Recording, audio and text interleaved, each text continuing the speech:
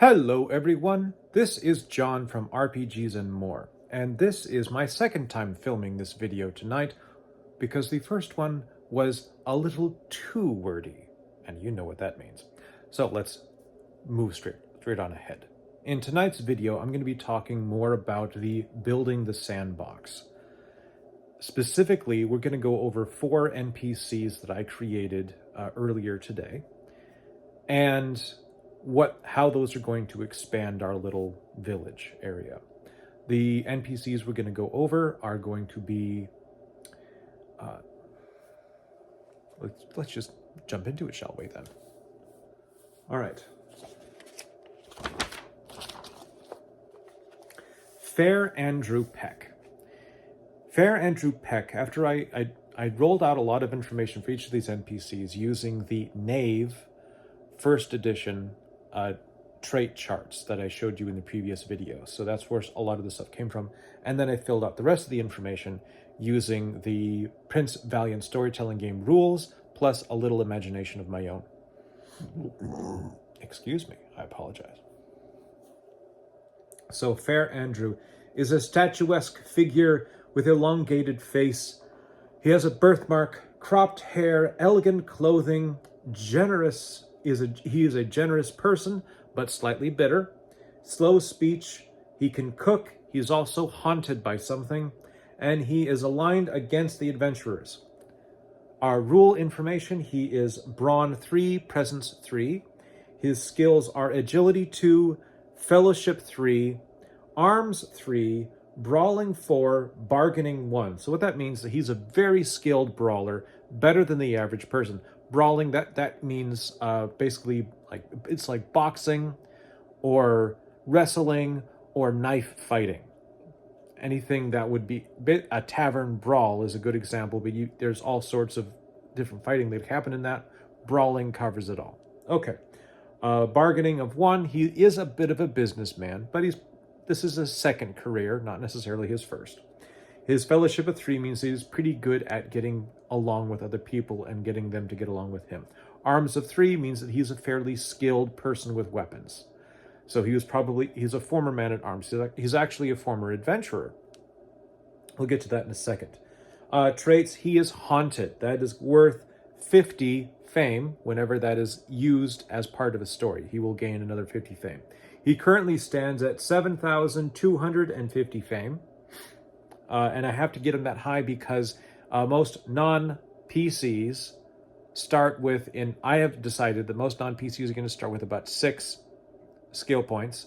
I don't remember there being an official number given in the rulebook, but I know that player characters start with 9, and they also have extra ability point over the average person. So I'm kind of lowering that number a little bit, and they're just starting with 6.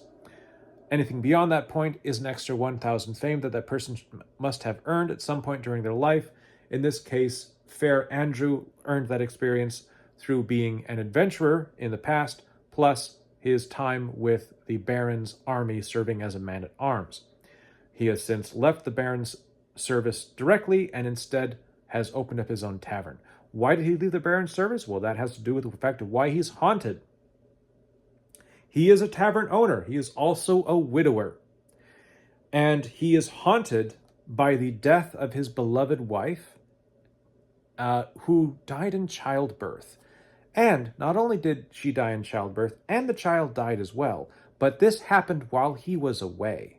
He was gone on some adventure and lost his wife and child. And it happened in such a way that he is haunted by the thought that if he had been home, he probably could have saved them and he would still have his family. But because he left and went on that adventure, he lost his family. And that's one of the reasons why he is negative towards adventurers, because he views them as people who abandon their families. For what?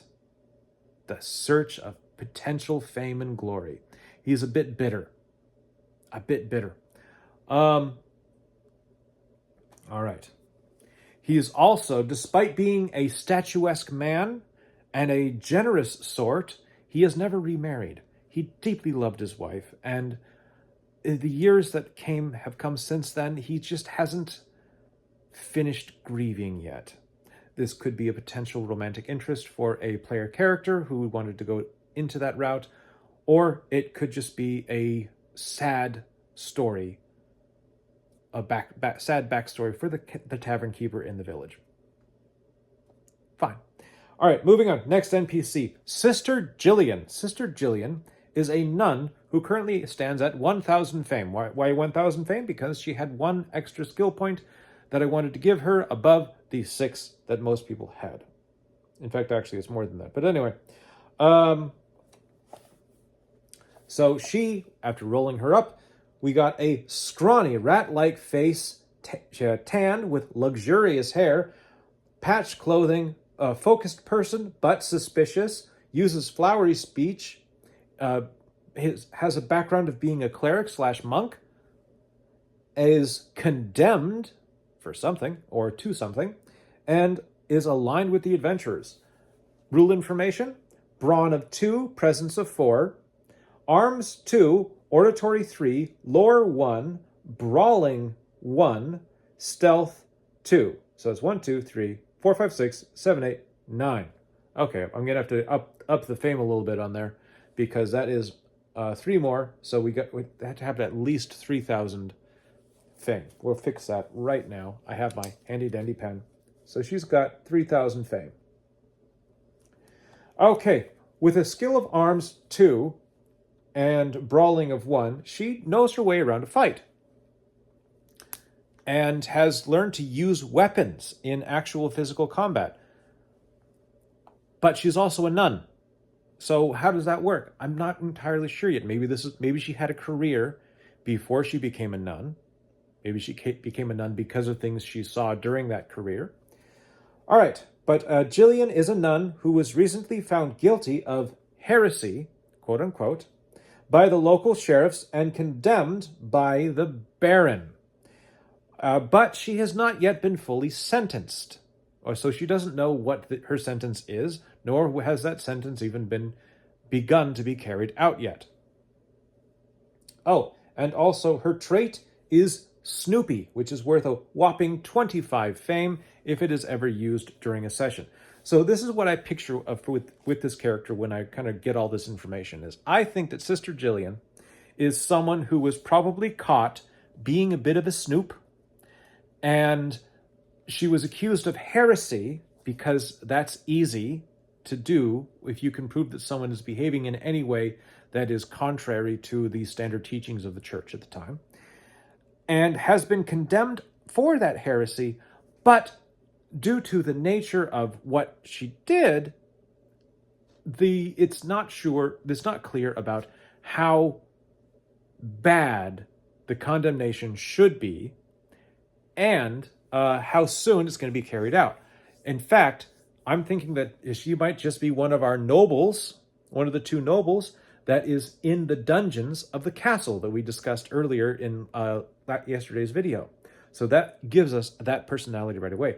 But she's also, I see her as a potential quest giver, because if the player characters, if she hears about their activities, if they get enough fame, she's a noble prisoner, which means that she could have a guest. Someone might come and visit her from time to time, and she could even request a visit from the players in order to entreat them to carry a letter to her bishop, or to even an archbishop or the pope, in an attempt to get some sort of clemency, to get the church to intervene on her behalf. And maybe that would have something to do with why she's a bit snoopy. Is she snoopy because it's just a natural trait and she does it because she likes to? Or is she snoopy because she's actually a secret agent for the church and doesn't necessarily want to have her cover completely blown? Or maybe she's willing to risk it now to save her life. Okay, so but that's why she's positive towards the adventurers. All right. Next. I had fun. I rolled these up really fast and did a couple of quick thinking about them, and now I'm happy to share them all with you. All right. The next NPC I rolled up turned out to be Lady Eleanor Hawkhearth with 7,350 fame. She was rolled up to be a slender-bodied and soft-faced, rosy-skinned, braided hair, perfumed clothing, tolerant person, but with anxiety. She has a breathy voice, is a former performer, and she has been demoted, and she is neutral towards the adventurers. So I took a lot of that together, and I decided, you know what? What we have here is for someone who was born into a family of high nobility. She was trained and taught in all the things that nobles would be taught: courtesy, poetry, and song, and as well as glamoury, the ability to make oneself elegant and beautiful. All right, she knows all of those things. She's very good at it. But she has been demoted. She has fallen from that status somehow. And I think I know how. But let's go over the rule information first before we get into that. So, brawn of 1, presence of 5. Again, just comes up to 6. Skills: poetry and song of 2, writing of 2, glamoury of 4, oratory of 2, courtesy of 2, and healing of 1. She is someone who she knows how to talk to people. She knows how to inspire people. And she knows how to wow people with her presence. She also knows how to ride a horse, which is something that most noble ladies would know. All right, Lady Eleanor. Oh, her trait, one of her defining traits, is her deep and abiding love for her husband, Baron Hawkhearth. That is worth 150 fame if it is used in a story. This is something that could be used to make her better, and it can be used as a foil for her. All right. Lady Eleanor was once a highly sought-after daughter of a powerful noble, and her father had hoped to wed her to Mordred, the illegitimate but recognized son of King Arthur, because there's a possibility that Mordred might be the next king. However, she did not want to marry Mordred, because she had already fallen in love with the much more lowly and humble Baron Hawkhearth. So something happened, and Lady Eleanor arranged events in such a way that her father was forced to agree to the match. And her father has never quite forgiven her for that. Her family still highly disapproves of her marriage to this lowly baron, no matter how good his prospects might be. And that creates a bit of a rift between her and them. But at the same time, I think that she's very much liked by the people around her. And I've also decided that the Baron himself is currently not present in the castle. The Baron is out somewhere doing something for King Arthur. Maybe the Baron is actually in Camelot, serving a turn at the table, the round table. The Baron might be a knight of the round table.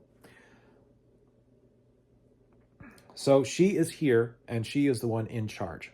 And because she is a tolerant person, she's probably the reason why the heresy of Sister Gillian has not been fully punished yet, because she is willing to give Sister Gillian a chance at finding some kind of freedom, even though she probably knows in her heart that you can only be so tolerant before things start to fall apart.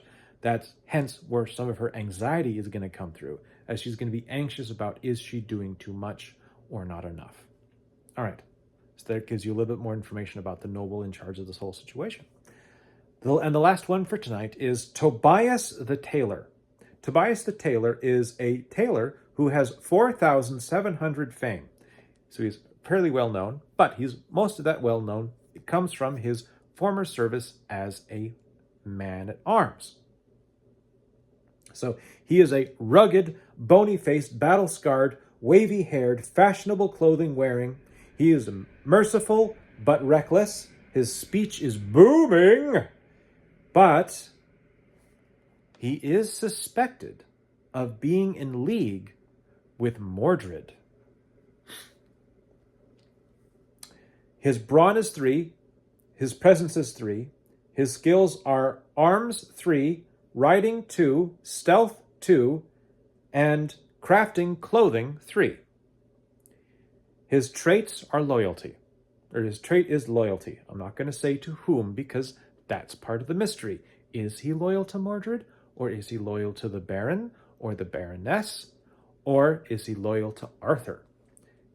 But he is loyal, that is certain, and that is worth 150 fame if his loyalty is brought into the game.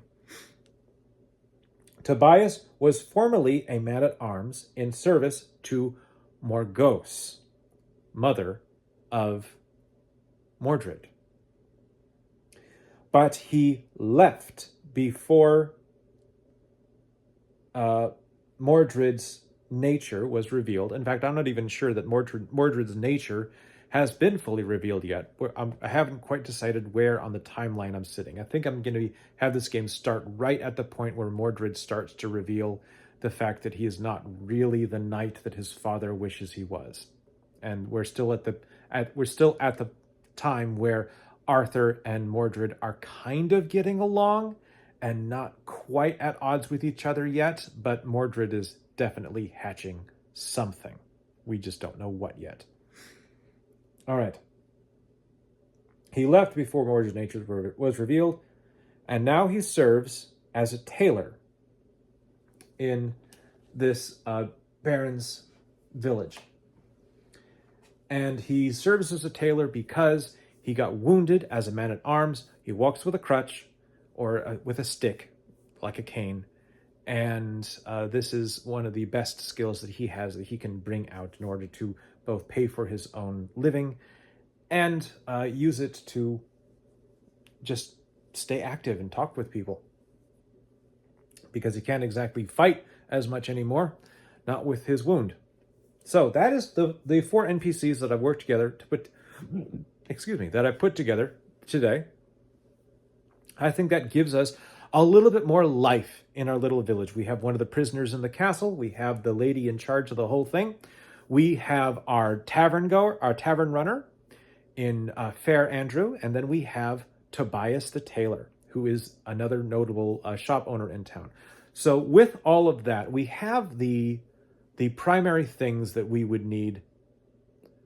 No, we still need a blacksmith. That's not true. I was wrong. I still need to get a blacksmith of some kind. So I got to make a blacksmith, and I want to make up 1 or 2 of the sheriffs, and maybe a couple more people from the castle. So that might be the next bout of NPCs we work on, is trying to flesh out those places a little bit more. Once we have enough NPCs in place, then I'll start working on what quests might be in the area, and deciding if we have enough information for me to start actually running this little campaign or not. Thank you all for staying with me for this. I hope you enjoyed this little kind of report about my progress so far. I hope you found it interesting. If you did, I'd appreciate a like to the video, maybe a comment down below. Tell me about your thoughts, your reactions. Is there a kind of NPC that you would like to see in this village that maybe hasn't been mentioned yet? I'd be interested to hear thoughts and suggestions. In the meantime, I hope you all have a wonderful day, and peace be with you. Bye-bye now.